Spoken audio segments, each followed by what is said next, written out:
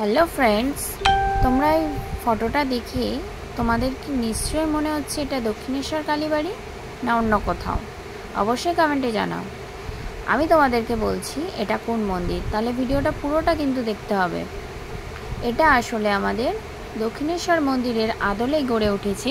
পাটুলির পাশে যে লেকটা আমাদের মাননীয় মুখ্যমন্ত্রী মমতা বন্দ্যোপাধ্যায় নতুনভাবে গড়ে তুলেছেন, এখনও কাজ চলছে, পুরোপুরি সম্পূর্ণ হয়নি। হয়তো আমাদেরকে আরও অনেক কিছু উনি তৈরি করে দেবেন, আমরা দেখতে থাকব। আর পরের বারেও যাওয়ার ইচ্ছা আছে। এখানে মন্দিরের পাশেই একটা রথও করেছে, যেখানে স্বামী বিবেকানন্দ রথটি চালাচ্ছেন, আর পিছনে সারদা দেবী আর শ্রী রামকৃষ্ণ বসে আছেন।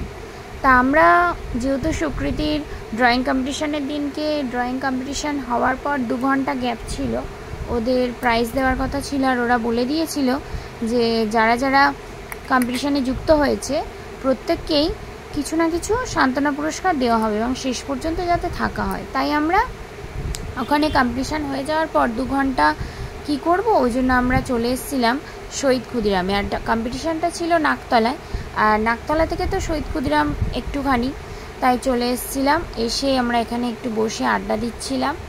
তারপর আমরা ওখানে বিভিন্ন রকমের স্ন্যাক্স এটা ওটা খেলাম, যেহেতু দুপুরবেলা সেই একবার হোটেলে ভাত খাওয়া হয়েছে, তারপরে একটু বাচ্চাগুলোর খিদে পেয়ে গেছে।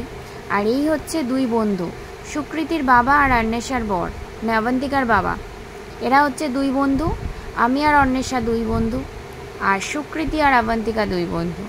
মানে 3 জনে একদম খুব ভালো একটা রিলেশনের মধ্যে হয়ে গেছে। আমাদের একটা সম্পর্ক এমনই হয়ে গেছে যেন আমরা নিজের বাড়ির লোক।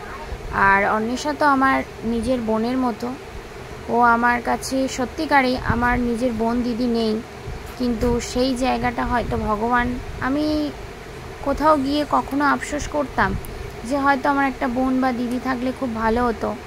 অনেককে আপন করে নেওয়ার চেষ্টা করেছিলাম, কিন্তু পারিনি সেইভাবে। কিন্তু এই মানুষটি আমার হয়তো নিজের রক্তের সম্পর্ক বা নিজের কোনো আত্মীয় কেউ নয়, না হলেও এই মানুষটা কিন্তু আমার সত্যিকারই একটা বোন হিসাবে আমার কাছে রয়ে গেছে। চাই ভগবানের কাছে এইটুখানি প্রার্থনা চাই যে যে কদিন বাঁচবো যেন ওর সাথে আমার এই সুন্দর সম্পর্কটা যেন ভগবান অটুট রেখে দেয়। এছাড়াও আরেকজনের কথা না বললে পারা যাবে না, সে হচ্ছে আরভিকার মা, মানে শুক্লা। আরও একজন আছে মালতী, আরও অনেকে আছে, কিন্তু এই শুক্লা আর অবন্তিকার মা অন্বেষার সাথে মানে বেশি আমাদের একটু সম্পর্কটা খুব গাঢ় হয়েছে, এবং আমরা 3 জন যেন একটা বোনের মতো আমাদের সম্পর্কে জড়িয়ে পড়েছি। এখন দাদা খাবারের অর্ডার করছে, আর সুকৃতির বাবা গেছে জল আনতে। আমরা এখন একটু খাবার দাবার খেলাম।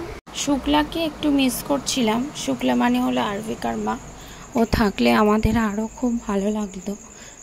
নিরামিষ খাবে, তাই ওর জন্য ভেজ স্যান্ডউইচ অর্ডার করা হলো, আর ও একটু ফুচকা নিল, আর আমরা একটু চিকেন পকোড়া, চিকেনের আর একটা রেসিপি, এগুলো খেলাম।